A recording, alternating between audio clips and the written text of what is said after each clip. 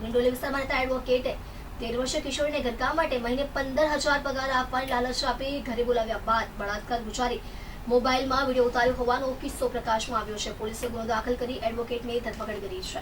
ડિંડોલીના ઉમિયા ચોક સ્થિત વેદાંત વિલામાં રહેતો 43 વર્ષીય એડવોકેટ પ્રણયરાજ ગોવિંદભાઈ રણવીરે સચિન જીઆઈડીસી વિસ્તારમાં રહેતી 13 વર્ષ 6 માસની કિશોરીને ગત તારીખ 12 જુલાઈના રોજ સાંજે 6 વાગે મહિને ₹15,000ના પગારે ઘરકામ અપાવવાની લાલચ આપી પોતાના ઘરે બોલાવી હતી. ત્યારબાદ કિશોરી ઘરે આવતા વકીલ પ્રણયરાજની નિયત બગડી હતી.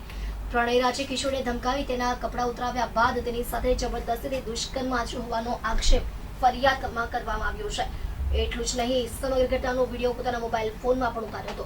આ બનાવ અંગે સચિન જીઆઈડીસી પોલીસે કિશોરીના પરિવારની ફરિયાદના આધારે ગુનો દાખલ કરી પ્રણયરાજ રણવીરની ધરપકડ કરી આગળની કાર્યવાહી હાથ ધરી છે.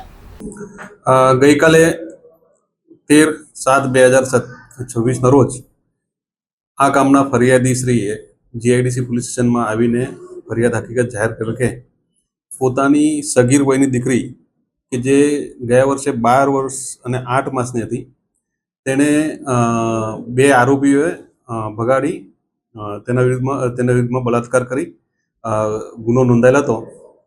તે ગુનામાં સચિન જીઆઈડીસી પોલીસ સ્ટેશન દ્વારા બે આરોપીઓની ધરપકડ કરી નામદાર કોર્ટમાં ચાર્જશીટ કરેલ હતી. આ જે કાયદાકીય પ્રક્રિયા છે એમાં ફરિયાદી તરફે વકીલ શ્રી પ્રણયરાજ ગોવિંદભાઈ રણવીર નાઓને ફરિયાદીએ એપોઇન્ટ કરેલા અને તેમના કાયદેસરના વકીલ હતા. આ વકીલે ગઈકાલે એટલે 12 તારીખે ફરિયાદી ઉપર ફોન કરેલો અને જણાવેલું કે તમારી જે સગીર વયની દીકરી છે એને મારું ઘરકામ કરવા માટે નોકરીએ રાખવાનું છે.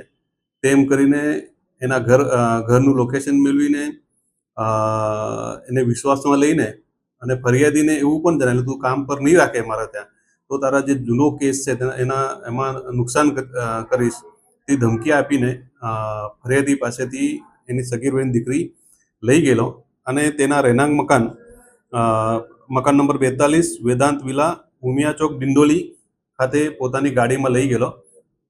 ત્યાં આગળ આ સગીર વયની દીકરી ઉપર બળજબરીથી બળાત્કાર કરી તેનો વિડીયો ઉતારી બળાત્કાર બાબતની ફરિયાદ આપતા સચિન જીઆઈડીસી પોલીસ સ્ટેશને તથા તમામ સુપરવાઇઝર ઓફિસરે મામલાની ગંભીરતા જોઈ તાત્કાલિક ગુનો રજીસ્ટર કરેલો અને તુરંત કાર્યવાહી કરી આરોપી પ્રણયરાજ ગોવિંદ રણવીરની જે વ્યવસાય વકીલ છે તેની ધરપકડ કરેલી અને ધરપકડ કરી ત્વરિત એનો મોબાઈલ અને એની ગાડી અન્ય ટેકનિકલ પુરાવાઓ ભેગા કરી આરોપીની ધરપકડ કરવામાં આવેલી છે અને આજરોજ નામદાર કોર્ટમાં આરોપીની રજૂ કરી પોલીસ કસ્ટડી રિમાન્ડની માંગણી કરવામાં આવનાર છે અને તમામ પ્રકારના સાંયોગિક પુરાવો, ટેકનિકલ પુરાવો અને મૌખિક પુરાવો ભેગા કરી આરોપીને સખતમાં સખત કેદ થાય, સખતમાં સખત સજા થાય તેવા પ્રયત્ન અમારા દ્વારા હાથ ધરવામાં આવેલ છે. એડવોકેટ સિવાય બીજો પણ કોઈ શામેલ છે એડવોકેટ જોડે?